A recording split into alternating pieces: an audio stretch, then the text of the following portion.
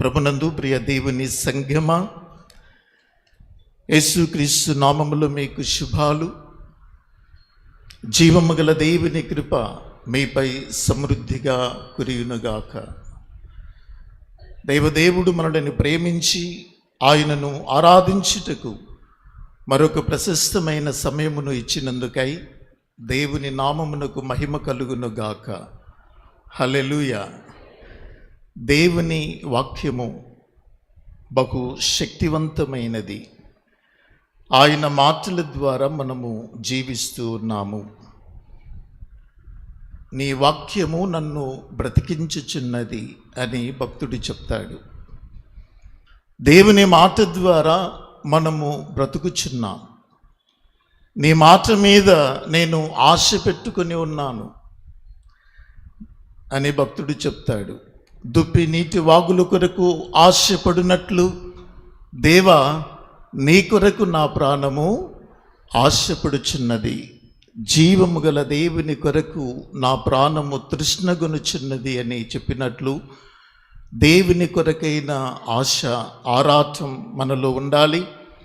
యేసు ప్రభు వారు చెప్పిన మరొక ప్రాముఖ్యమైన విషయాన్ని ఈ రోజున మనం ధ్యానించబోతూ ఉన్నాం. జాగ్రత్తగా ఈ మాటలను మనస్కరించమని మనవి చేస్తున్నాను. యేసు ప్రభు విలక్షణమైన బోధనా పద్ధతులు గలవాడు. మానవ జీవితానికి, మనుగడకు ఏది అవసరమో దానిని ఆయన ఉపదేశించాడు. యేసు ప్రభు బోధల ప్రకారం మనిషి జీవించగలిగితే మనిషి మహర్షిగా, పాపి పరిశుద్ధుడిగా మార్పు చెందుతాడు.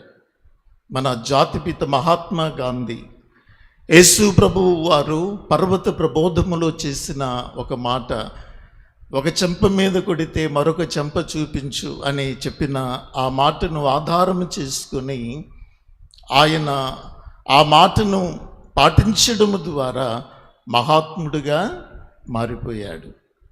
యేసు ప్రభువారు మనిషి జీవితానికి, నైతికతకు ఏది అవసరమో అది ఆయన ఉపదేశించారు. ఈ రోజున మాటలు ఎలా ఉండాలి, మనుష్యులు ఎలా ఉండాలి అని ప్రభువు చెప్తున్నారు. మాటలు, మనుష్యులు. చెప్పండి ఈ మాట అందరూ. మాటలు, మనుష్యులు. మత్తయి సువార్త 12వ అధ్యాయం 31వ వచనం నుండి, కాబట్టి నేను మీతో చెప్పున్నది ఏమనగా, మనుష్యులు చేయు ప్రతి పాపమును, దూషణయు వారికి క్షమింపబడును గాని ఆత్మ విషయమైన దూషణకు పాపక్షమాపణ లేదు. మనుష్య కుమారునికి విరోధముగా మాట్లాడువానికి పాపక్షమాపణ కలదు గాని పరిశుద్ధాత్మకు విరోధముగా మాట్లాడువానికి ఈ యుగమందైనను రాబోవు యుగమందైనను పాపక్షమాపణ లేదు. చెట్టు మంచిదని ఎంచి దాని పండును మంచిది అని ఎంచుడి, లేదా చెట్టు చెడ్డదని ఎంచి దాని పండును చెడ్డదే అని ఎంచుడి. చెట్టు దాని పండు వలన తెలియబడును. సర్పసంతానమా, మీరు చెడ్డవారై ఉండి ఎలాగు మంచి మాటలు పలుకుగలరు? హృదయమందు నిండియుండు దానిని బట్టి నోరు మాట్లాడును కదా. సజ్జనుడు తన మంచి ధననిధిలో నుండి సద్విషయములను తెచ్చును, దుర్జనుడు తన చెడ్డ ధననిధిలో నుండి దుర్విషయములను తెచ్చును. నేను మీతో చెప్పినదేమనగా, మనుష్యులు పలుకు వ్యర్థమైన ప్రతి మాటను గూర్చియు విమర్శ దినమందు లెక్క చెప్పవలసి ఉండును. నీ మాటలను బట్టి నీతిమంతుడవని తీర్పు నొందుదువు, నీ మాటలను బట్టి అపరాధివని తీర్పు నొందుదువు. మనకు బాగా అర్థమయ్యేటట్లుగా సరళమైన భాషలో దేవుడు మనకు నేర్పిస్తున్నాడు. మనుష్యులు ఎలా ఉండాలి, మన మాటలు ఎలాగ ఉండాలి. యేసు ప్రభువారు ప్రబోధాలను అడుగడుగున శాస్త్రులు పరిసయ్యులు అడ్డుకుంటున్నారు. ఆయన చేసిన అద్భుతాలను వారు విమర్శిస్తున్నారు. అందుకని వారిని ఏమంటున్నాడంటే సర్ప సంతానమా, అంటే ఒక మాటల్లో చెప్పాలంటే పచ్చి తెలుగులో పాము పిల్లలారా.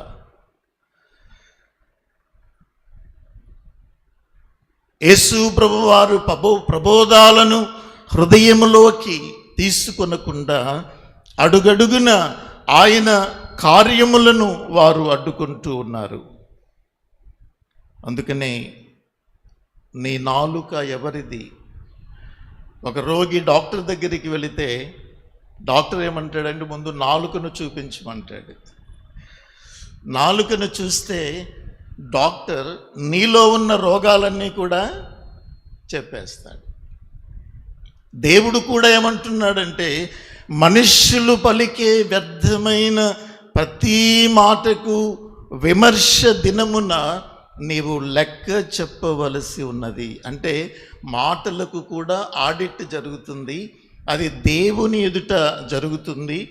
ప్రభువు కూడా ఇదే అంటాడు, నా కుమారుడా నా కుమార్తె మొదట నీ నాలుకను చూపించు అంటాడు. మన నాలుకను చూస్తే మన జీవితానికి ఆయన తీర్పును విధిస్తాడు. ప్రతిరోజు 30,000 మాటలు మాట్లాడుతాం మనం. ఈ మాటలు మానవ జీవితాలను నిర్మించాలి, మానవ సంబంధాలను మెరుగుపరచాలి. అత్త కోడలు, తల్లిదండ్రులు బిడ్డలు, భార్య భర్త, వీరందరూ మాటల్లో ప్రేమ ఉండాలి, ఆదరణ ఉండాలి, అనురాగం ఉండాలి. ఒక్క మాట వ్యతిరేకంగా మాట్లాడడం ద్వారా ఎందరూ మనస్తాపన చెంది ఆత్మహత్యలు చేసుకుంటున్నారు.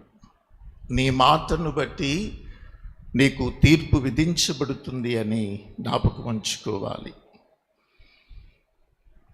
ఒక ఆయన డాక్టర్ దగ్గరికి వెళ్ళాడట. నేను పంటి నొప్పితో వచ్చానండి, ఒకసారి పరీక్షించమంటే పరీక్ష చేసిన డాక్టర్ గారు ఏమన్నారంటే, ఏం లేదండి, ఒక చిన్న రంధ్రం పడింది, పన్ను పుచ్చిపోయింది, దాన్ని క్లీన్ చేసి దానికి సిమెంట్ పెడతానని చెప్పాడు. చిన్నదే అంటే అతడు ఒప్పుకోవట్లేదు. లేదండి నా నాలుకకు చాలా పెద్దగా కనబడుతుంది అని చెప్పాడట. అప్పుడు డాక్టర్ గారు ఏమన్నారంటే, నాలుకకు ఎప్పుడు కూడా డాంబికంగా చెప్పుకోవడము ఇష్టమని చెప్పాడట. అంటే ఉన్నది లేనట్లు, లేనిది ఉన్నట్లుగా. కాబట్టి నీ నాలుక ఎవరిది? సామెతల గ్రంథం 12:18 జ్ఞానుల నాలుక ఆరోగ్యదాయకము అంటాడు. కాబట్టి మన మాటలు జ్ఞానముతో కూడినవిగా ఉండాలి అని, మన మాటలు ఇతరులను ప్రభావితం చేయాలి, మంచి వైపు నడిపించాలి. ఒక గ్రీకు తత్వవేత్త తన ఇంటిలో వంట వండేవాడిని ఆదేశిస్తాడు, శ్రేష్టమైన వంట నాకు తయారు చేయమని చెప్తాడు. అప్పుడు ఆయన ఆ వంటవాడు ఏం చేశాడంటే ఒక మేక నాలుకను తీసుకొని మంచి రుచికరమైన వంట చేశాడట. నేను నాలుకతో ఈ వంట చేశాను, ఇది చాలా శ్రేష్టమైనది.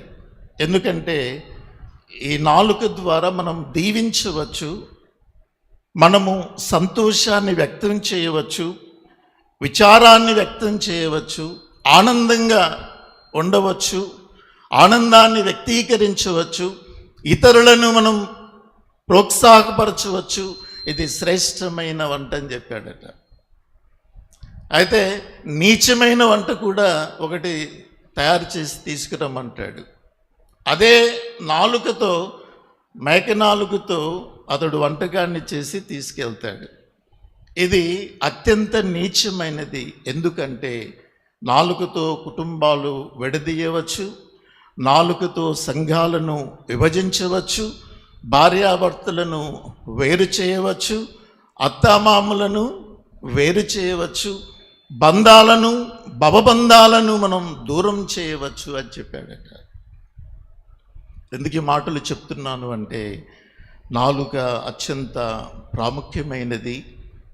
మన నాలుకను మనం ఎలా వాడుకుంటున్నాము అనేది గ్రహించాలి. మాటలు అదుపులో ఉండాలి అని. కొన్ని మాటలు మనం హృదయానికి తీసుకుంటాం, కొన్ని మాటలు మనుషులకు బాధను కలిగిస్తాయి. సాటి మనుషులపై ప్రేమ లేని మాటలు, దయలేని మాటలు మనం పలుకుతూ ఉంటాం. కనీసం దేవుని ఎడలనైనా విధేయత కలిగి ఉండే మాటలు, ఆరాధన మనము చేయలేం. అత్యున్నత సింహాసనము మీద ప్రభు ఆసీనుడై ఉండగా నేను చూచితిని అని యెషయా భక్తుడు దేవాలయములో దేవ దర్శనాన్ని చూసినప్పుడు అతడు అపవిత్రుడు అని తెలుసుకున్నాడు. దేవుని వెలుగులో తన పాపమంతటిని ఆయన చూశాడు. అప్పుడు ఒక దూత, శరాపులలో ఒక దూత ఆ నిప్పుని తీసుకుని వచ్చి తన నాలుకకు తగిలించినప్పుడు అతడు పవిత్రపరచబడ్డాడు. ఈరోజున ఆరాధనలో పాల్గొనిన మనమందరము కూడా పరిశుద్ధాత్మ అగ్ని ద్వారా మన నాలుకలు తాకబడాలి. ఈ క్షణము నుండి పరిశుద్ధమైన మాటలు, ప్రోత్సాహకరమైన మాటలు, ఆశాజనకమైన మాటలను, ఇతరులను బ్రతికించే మాటలను మనం మాట్లాడాలి.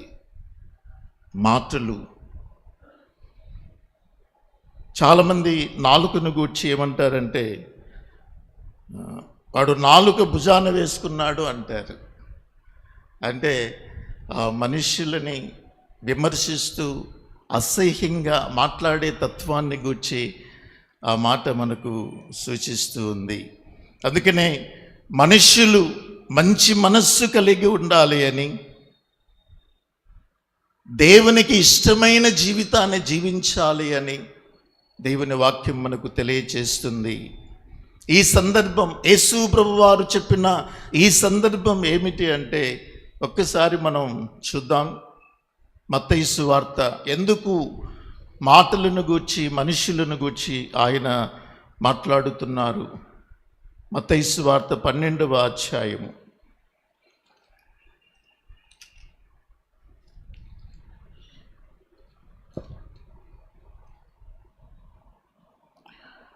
22వ వచనం. అప్పుడు దెయ్యము పట్టిన గురిడివాడును మూగవాడునైన ఒకడు ఆయన ఎద్దుకు తేబడను. ఆయన వానిని స్వస్థపరిచినందున ఆ మూగవాడు మాటలాడు శక్తియు చూపును గలవాడాయను. అందుకు ప్రజలందరూ విస్మయమొందిరి. ఈయన దావీదు కుమారుడు కాడా అని చెప్పుకొనుచుండిరి. పరిసయ్యులు ఆ మాట విని, వీడు దెయ్యములకు అధిపతి అయిన బయల్జెబూలు వలననే దెయ్యములను వెళ్ళగొట్టుచున్నాడు కానీ మరి ఒకని వలన కాదు అనేది. జీవితంలో ఎప్పుడూ మాట్లాడని వ్యక్తి, చూడని వ్యక్తి, ఆ వ్యక్తి జీవితంలో దేవుడు ఒక అద్భుతాన్ని ఆవిష్కరించినప్పుడు ప్రజలు ఆనందించాలి, దేవుణ్ణి ఆరాధించాలి, దేవుణ్ణి మహిమపరచాలి. కానీ ఇక్కడ యేసుక్రీస్తు చేసిన ఆ మహత్తరమైన కార్యాన్ని వారు విమర్శిస్తూ ఉన్నారు. ఈ అద్భుతం ఎలా జరిగింది అంటే, అది దెయ్యము ద్వారానే జరిగింది. అందుకే ప్రభు మాటలు ఎంత ప్రాముఖ్యమైనవో ఆయన తెలియచేస్తూ ఉన్నారు. ఒక అద్భుతం జరిగిన తరువాత దేవుణ్ణి ఆరాధించాల్సిన ప్రజలు ఆయనను అవమానపరుస్తున్నారు. సమాజంలో వైద్య శాస్త్రానికి, ప్రపంచ జ్ఞానానికి మించిన ఒక గొప్ప సంగతి, పుట్టుకతో గుడ్డివాడు, పుట్టుకతో మూగవాడు, చెవిటివాడు, వాని జీవితంలో దేవుడు ఒక అద్భుతాన్ని జరిగిస్తే మనుష్యులు యేసు ప్రభు చేసిన కార్యాన్ని విమర్శిస్తుంటే హృదయంలో ఎక్కడో ఆయనకు వేదన కలుగుతుంది. ఈ మనుషులు ఇంతేనా? ఈ ప్రజలు ఇలాగే మాట్లాడుతారా? దేవుడే మానవునిగా ఈ లోకానికి వచ్చి మానవ బ్రతుకుల్లో ఏది అవసరమో దానిని అనుగ్రహిస్తూ ఉంటే ఈ మనుష్యులు ఎందుకు సువార్తను అంగీకరించటం లేదు? ఆ రోజున ప్రభు బాధపడడమే కాదు, ఈరోజు కూడా ప్రభు అదే బాధను వ్యక్తపరుస్తున్నాడు. మనం అద్భుతాలు చూస్తున్నాం, అద్భుతాలను వింటున్నాం. మన జీవితంలో దేవుడు అడుగడుగున మహత్తరమైన కార్యములను జరిగిస్తూ ఉంటే దేవుని ఆరాధించకుండా, దేవుని నామమును గణపరచకుండా ఆయనను మనం అవమానపరుస్తున్నాం. భారతదేశంలో యేసుక్రీస్తు సువార్తను ఇంకా ప్రజలు సరిగా అర్థం చేసుకోలేదు. ప్రపంచంలో కోట్లాది మంది ప్రజలు యేసు బోధలు, ఆయన అద్భుతములను సరిగా అర్థం చేసుకోలేదు. ప్రియ విశ్వాసులారా, ఆన్లైన్లో వీక్షిస్తున్న వారు, పాల్గొనిన విశ్వాసులందరూ, ఏ మేరకు నీవు యేసు ప్రభు అద్భుతాలను అర్థం చేసుకుంటున్నావు? ఆయనను ఆరాధించటానికి నీవు ఇష్టపడుతున్నావా? People brought a man to Jesus, he was possessed with the devil. అపవిత్ర ఆత్మతో బంధించబడిన వాడు. He had a spiritual problem. ఎందుకంటే దేవుడు తెలియదు, అతడికి వినికిడి లేదు, ఆరాధన లేదు, ఆధ్యాత్మిక రుగ్మతతో అతడు బాధపడుతున్నాడు. he had a perception problem. తీవ్రమైన సమస్యతో అతడు బాధపడుతున్నాడు. he was a blind, he was a hearing problem. పుట్టినది మొదలుకొని చూడలేకపోతున్నాడు, వినలేకపోతున్నాడు. he was deaf, he had a speaking problem, he was a mute. మూగవాడు, చూడలేనివాడు, మాట్లాడలేనివాడు, వినలేనివాడు, జీవితంలో ఏదో జీవోత్సవములా బ్రతుకుతున్నవాడు. యేసు దగ్గరికి తీసుకువచ్చినప్పుడు he was moved with compassion. ఆయన వానిని చూచి కనికెరపడి ఒక అద్భుతాన్ని జరిగిస్తే మనుష్యులు దానిని అంగీకరించటం లేదు. దేవుని బిడ్డలారా, బయల్జెబూలు వలన ఈ సంఘటన జరిగింది అని చెప్తున్నారు. అందుకని ప్రభు తీవ్రంగా పరిగణిస్తూ, నేను మీతో చెప్పున్నదేమనగా, మనుష్యులు పలుకు వ్యర్థమైన ప్రతి మాటను గూర్చి విమర్శ దినమందు లెక్క చెప్పవలసి ఉన్నది. నీ మాటలను బట్టి నీతిమంతుడు అని తీర్పు నొందుదు, నీ మాటలను బట్టి అపరాధివని తీర్పు నొందుదు. ప్రజలు ఎలాంటి వారు అంటే 4 రకాలైన మనస్తత్వాలు కలిగిన. They wanted to miracles of Jesus but not the Messiah. కొంతమంది కేవలం అద్భుతాల కోసమే యేసుక్రీస్తును వెంబడించారు.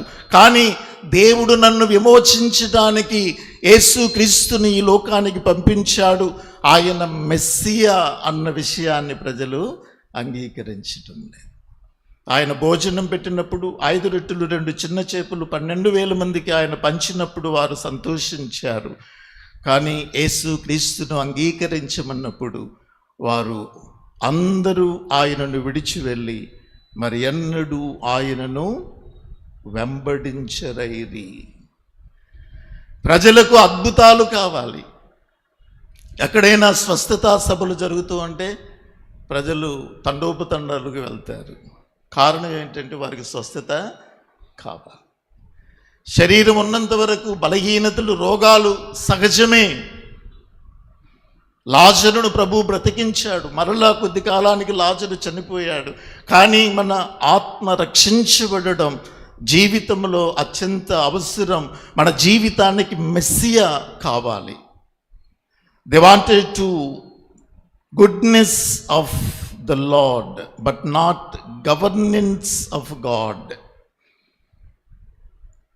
దేవుని మంచితనం, అద్భుతాలు చేయడానికి అవసరమైన మంచితనం కావాలి. కానీ ఆయన ప్రభుత్వము కిందికి రావటానికి, ఆయన ఆజ్ఞలను పాటించటానికి, ఆయన అధికారములో జీవించటానికి మనుషులు ఇష్టపడట్లేదు. అందుకనే ప్రభువు దాన్ని తీవ్రంగా పరిగణిస్తూ ఉన్నాడు.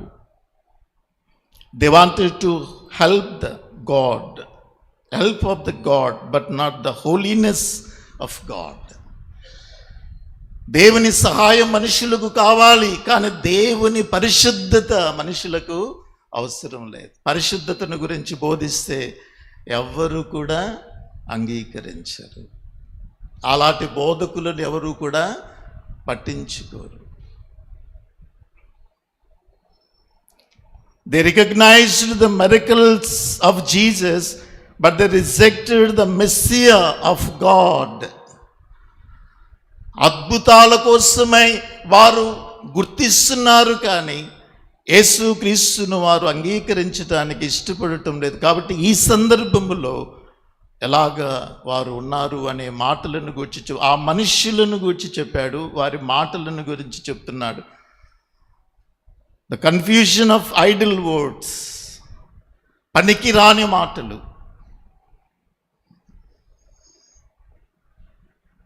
Majority of the people attracted to the confusion of the words. ఆదాము అవ్వల దగ్గర నుండి, ఏదేను తోటలో నుండి జరుగుచున్నది ఇదే. మనుష్యుడు మాటల ద్వారా తికమక పడుతున్నాడు. ఆయన మంచివాడే, కానీ ఏదైనా పెళ్లి సంబంధం చూశారనుకోండి, అబ్బాయి చాలా మంచివాడే, కానీ అప్పుడప్పుడు సిగరెట్లు తాగుతూ ఉంటాడు, అది కూడా అప్పుడప్పుడు కొద్దిగా మందు పుచ్చుకుంటూ ఉంటాడు, చెప్తా ఉంటారన్నమాట. మంచి వ్యక్తి, కానీ అన్న దగ్గర చాలా ప్రమాదము ఉన్నది. దేవుని బిడ్డలారా, పనికి రాని మాటలను ప్రజలు ఆకర్షితులు అవుతూ ఉన్నారు. ఏదైనా తోటలో ఇదే జరిగింది. ఇది నిజమా? మీరు చావనే చావరు. దేవుడు అన్నాడు మీరు చస్తారు అని, కానీ ఎవరు చెప్పారు? అపవాది మీరు చావనే చావరు. అపవాది మాటలకు ఆకర్షితులై దేవుని ఆజ్ఞను వారు ఉల్లంఘించి, వారు పాపము చేసి ఈ విశ్వమంతటికి శాపాన్ని కూర్చిపెట్టారు. అందుకని మన మాటలు ఖచ్చితంగా ఉండాలి. అవునంటే అవును, కాదంటే కాదు. యేసుక్రీస్తును ఆరాధించేవారు సత్యవర్తనులుగా ఉండాలి, సత్యాన్ని మాట్లాడాలి. యేసు ప్రభువు చెప్పారు, నేనే మార్గము, సత్యము, జీవము.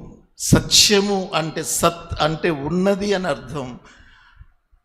ఆయన ఉన్నవాడు, అనువాడు అయి ఉన్నాడు. దేవుని ఆరాధించే విశ్వాసి కూడా సత్యవర్తనులుగా ఉండాలి. సత్యం బ్రూయాత్, ప్రియం బ్రూయాత్, నబ్రు అసత్యం అప్రియం, ప్రియంచ నానృతం మృతం, ఏషధర్మ సనాతన. సత్యాన్నే పలుకు, అసత్యాన్ని సత్యంగా, సత్యాన్ని అసత్యంగా పలకొద్దు.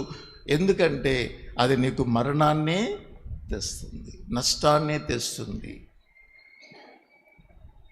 కన్ఫ్యూజన్ ఆఫ్ ఐడిల్ వర్డ్స్, ఇతరులను తప్పు మార్గములో నడిపించే ఆ మాటలను మనము నిలువరించాలి.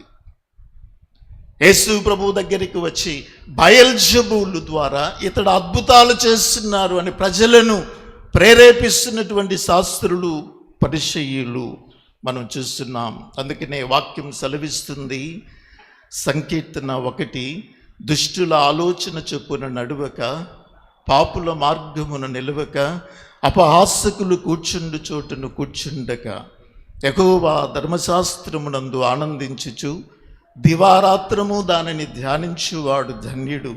అతడు నీటి కాలువల యోరను నాటబడినదై ఆకువాడక తన కాలమందు ఫలమిచ్చు చెట్టు వలె ఉండును. అతడు చేయునదంతయు సఫలమగును. దుష్టులు అలాగున నుండక గాలి చెదరుగొట్టు పొట్టువలే పొందురు. దుష్టుల ఆలోచనలు పాపుల మార్గములో, అపహాసకుల మార్గములో ఉండవద్దు. We are all separated and saturated people. మనము పరిశుద్ధులముగా ఉండడానికి ప్రత్యేకించబడిన ప్రజలం. మనము ప్రత్యేకముగా ఉండాలి అని దేవుని వాక్యం మనలను సూచిస్తూ ఉంది. హల్లెలూయా. అర్థమవుతుంది కదా? దుష్టుల ఆలోచన చొప్పున నడవకూడదు. The idle words are simply the words of indecision. యేసు క్రీస్తును దేవునిగా అంగీకరించడానికి ఒక నిర్ణయంలోకి, ఒక ఆలోచనలోకి ప్రజలను రాకుండా శాస్త్రులు, పరిసయ్యులు వారిని విమర్శిస్తూ ఉన్నారు. నిర్ణయించుకునే సమయం, ఒక అద్భుతాన్ని చూసిన తరువాత, ఒక అద్భుతం ఆవిష్కరించబడిన తరువాత జీవితంలో మెస్సియాను, యేసు క్రీస్తును అంగీకరించవలసిన మనుష్యులు ఆయనను విమర్శిస్తూ ఉన్నారు. ప్రియ దేవుని బిడ్డలారా, యేసు క్రీస్తును గూర్చి నీ నిర్ణయం సరిగా ఉండాలి అని మనము జ్ఞాపకం చేసుకోవాలి. The conclusion of idle words, he is not a son of God. పనికి మాలిన మాటలు ఏంటంటే ఈయన దేవుని కుమారుడు కాదు అని శాస్త్రులు, పరిసయ్యులు ఒక ముగింపుకు వస్తున్నారు. The condemnation of the idle words. ప్రభు మాటలను వారు కొట్టివేస్తున్నారు, నిర్ణయించుకోలేకపోతున్నారు. ప్రభువు మాటలు ఎప్పుడు పవిత్రమైనవి. యాకోబు తన పత్రికలో చెప్తాడు, నాలుక ఎంత శ్రేష్టమైనదో చెప్తున్నాడు. గుర్రానికి కళ్ళెం, ఓడకి చుక్కాని, మానవ శరీరానికి నాలుక ఎంతో ప్రాముఖ్యమైనది అని. ఈ నాలుకను ఎవరు స్వాధీనములో ఉంచుకుంటారో వారే పరిశుద్ధమైన జీవితాన్ని జీవిస్తారు అని యాకోబు తన పత్రికలో 3వ అధ్యాయం మొదటి 12 వచనాల్లో తెలియచేస్తారు.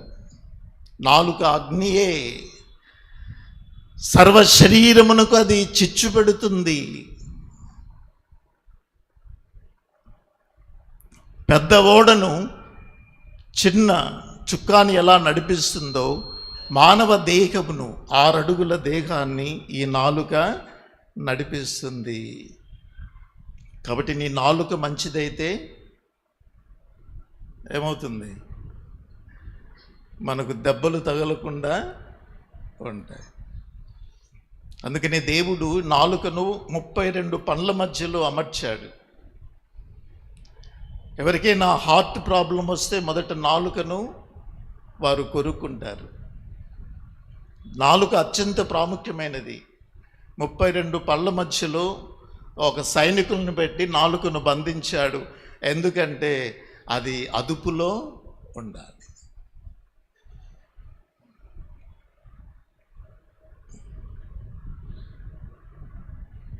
మన మాటలు పవిత్రంగా ఉండాలి అని, అదుపులో ఉండాలి అని దేవుని వాక్యం సెలవిస్తుంది.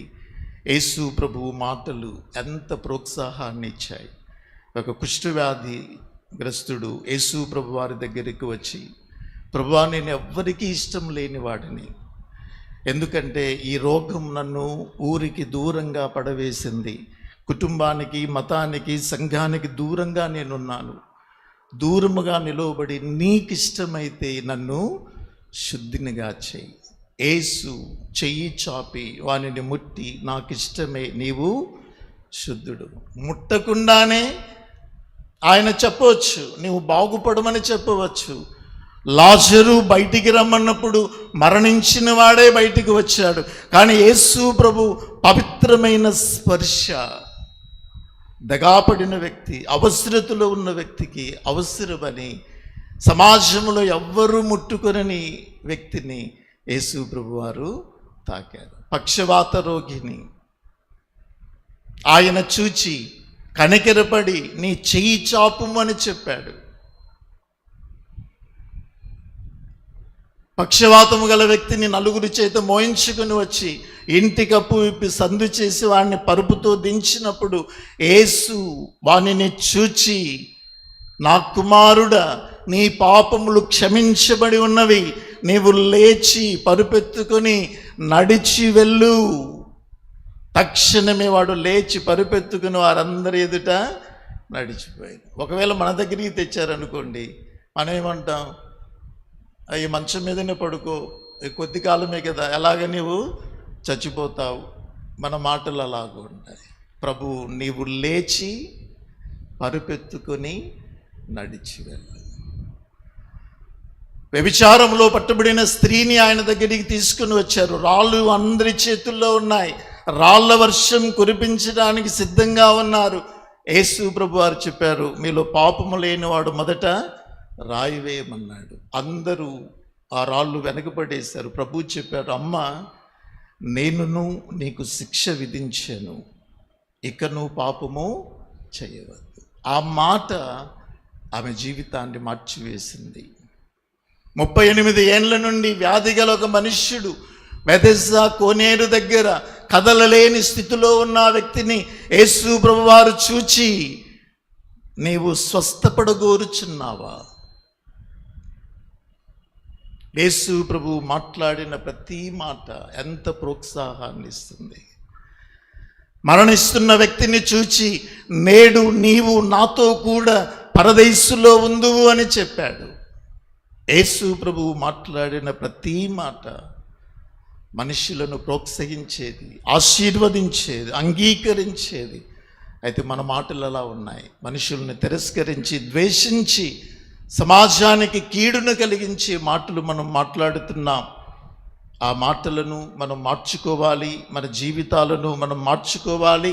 పనికి మాలిన మాటలు మాట్లాడవద్దు. దేవునికి ఇష్టమైన మాటలు, కుటుంబాలను ప్రోత్సాహపరిచే మాటలు, బంధాలు, భవబంధాలు, బాంధవ్యాలను పటిష్టపరిచే మాటలను మనం పలుకుదాం. దేవుడు మనల్ని దీవిస్తారు. తలలు వంచండి, ప్రార్థన చేద్దాం.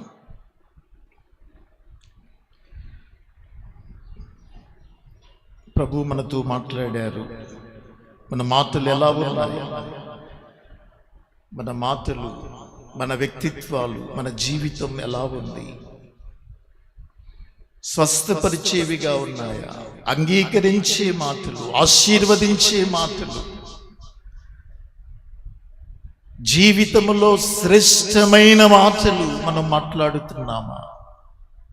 పొద్దున్న లేస్తే ఇతరులను అంగీకరించలేని స్థితి, భర్తను విమర్శించడం, భార్యను విమర్శించడం, తల్లిదండ్రులను విమర్శించడం, బిడ్డలను విమర్శించడం, సంఘమును, సమాజమును, దేశమును, ప్రపంచమును ఎప్పుడు విమర్శిస్తూ ఒక చీకటి జీవితాన్ని నీవు జీవిస్తూ ఉన్నట్లయితే యేసు ప్రభు నిన్ను ప్రేమిస్తున్నాడు. ప్రభువా, నా మాటలు మంచివిగా చెయ్యి, నా నాలుకను అగ్నితో కాల్చివేయి, నేను మంచి మాటలు ఈ సమాజానికి అందించాలి అని ప్రభువుతో చెప్పండి. నీ జీవితాన్ని ఆయన అంగీకరిస్తాడు. నీ నాలుకను బట్టి దేవుడు నీకు తీర్పు తీరుస్తాడు. పరిశుద్ధుడైన తండ్రి, మమ్ములను అంగీకరించండి. మా మాటలు సత్యమైనవిగా ఉండాలి, యథార్థమైనవిగా ఉండాలి, ఆశీర్వాదకరముగా ఉండాలి. అలాగ మమ్మల్ని దీవించుమని పరిశుద్ధాత్ముడా మీ సన్నిధిని మాతో ఉంచినందుకై స్తోత్రాలు. మమ్ములను ఉన్నతంగా ఆశీర్వదించుమని యేసు నామములో ప్రార్థిస్తున్నాము తండ్రి, ఆమేన్. సమస్త జ్ఞానమునకు మించిన దేవుని సమాధానం యేసు క్రీస్తు వలన మీ హృదయములకు, తలంపులకు కావలి ఉండును గాక. ఆమేన్.